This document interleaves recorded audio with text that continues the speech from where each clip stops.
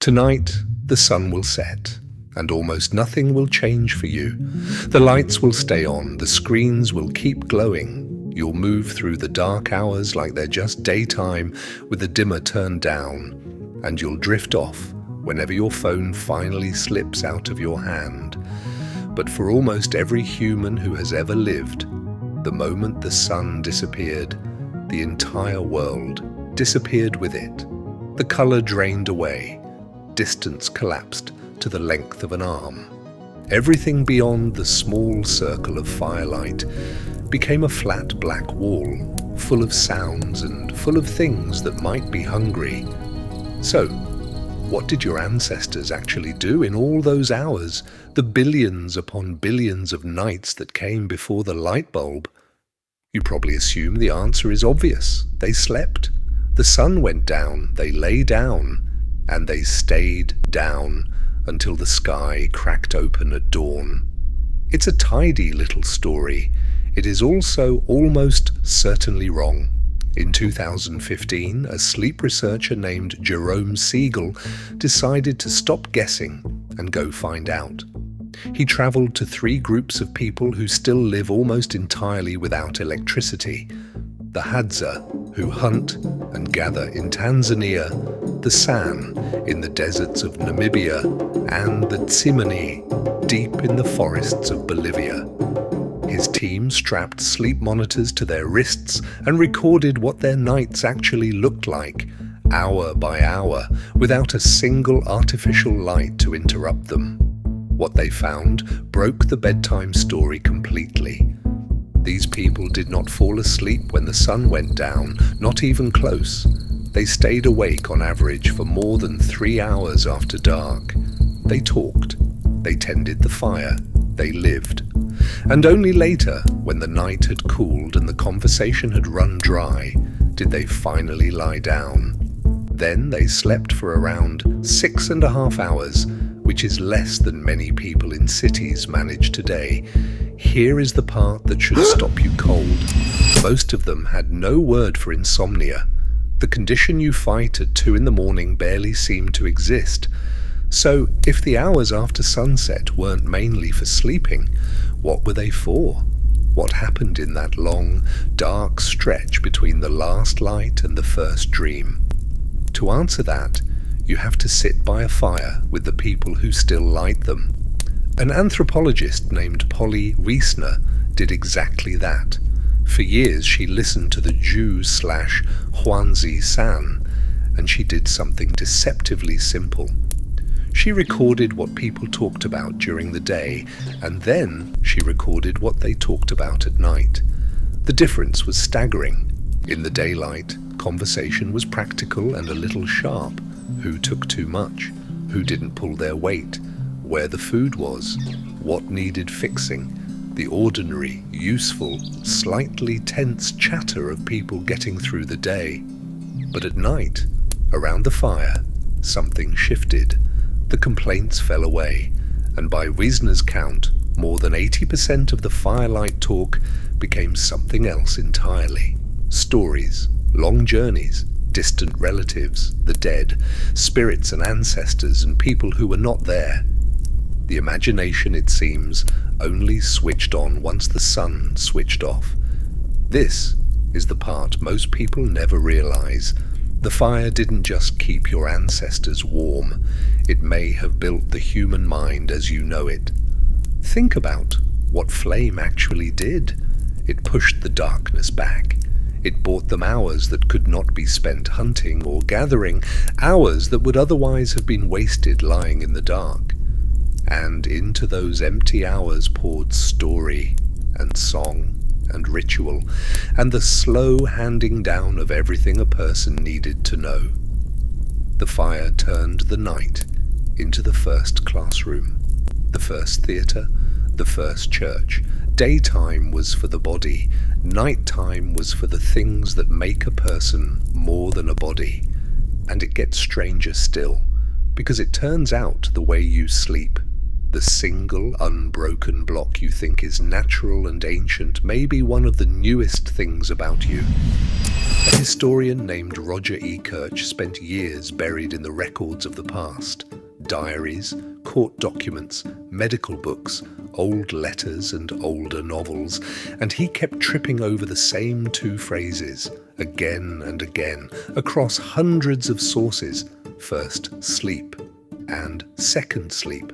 People in the centuries before electric light did not sleep in one long stretch. They slept in two. They went down a couple of hours after dark, slept deeply, and then woke, naturally, somewhere around midnight, and they stayed awake for an hour, sometimes two. What did they do in that gap?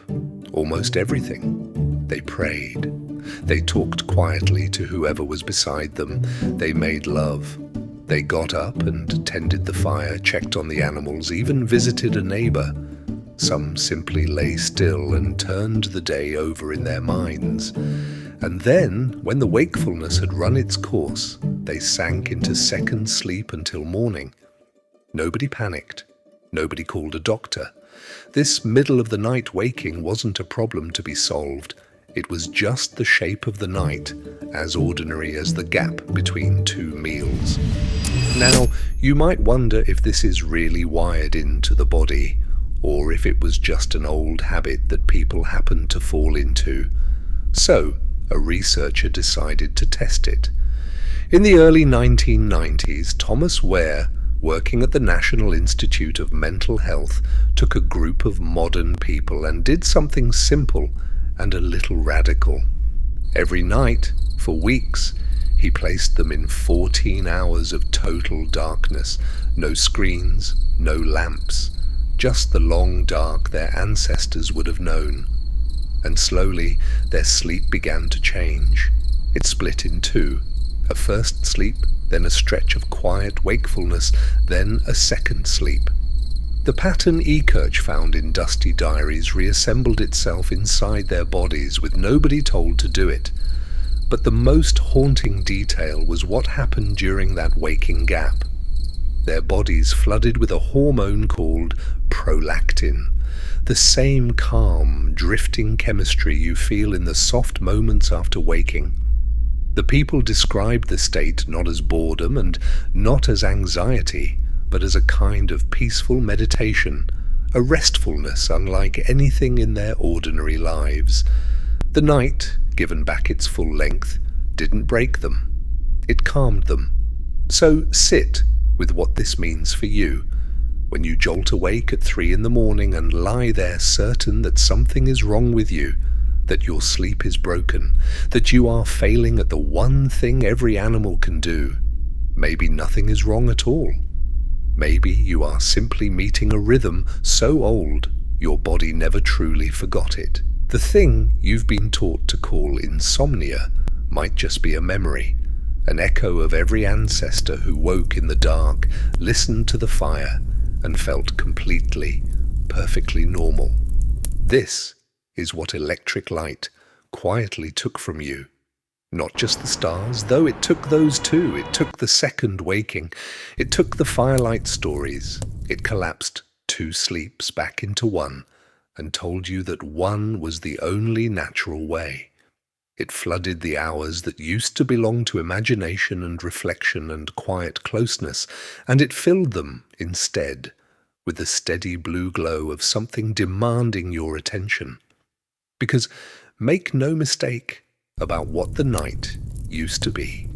It was when the group became a group, when the old passed down what could not be written and would otherwise die with them, when the line between the living and the dead, between the real and the imagined, grew thin enough to step across. The dark pressed everyone closer to the fire and closer to each other, because there was nowhere else to go and no one else to be with. The night made your ancestors social. It made them spiritual. In a strange and beautiful way, the long dark is part of what made them human at all, and you may be the first human who has lost it. Your nights are bright now, private, silent in a way theirs never were. The fire has become a screen, and it tells you stories, but they are made by strangers for reasons that have nothing to do with you. You no longer wake at midnight to a sky full of stars and a circle of sleeping family. You wake to a notification. You fall asleep mid-scroll. The oldest, richest hours of human experience have quietly been switched off, and almost no one noticed it happening. So tonight, the sun will set, and almost nothing will change for you. But understand what that sentence really means. For the first time in the entire history of your species, the dark has nothing left to say. The fire has gone quiet. The stories have gone elsewhere. The second waking has been smoothed away, and the long, strange, deeply human night that shaped every mind that came before yours has finally been switched off by a single, small movement of your thumb. Unless, of course, one night you decide to switch it back on, turn off the light, and listen.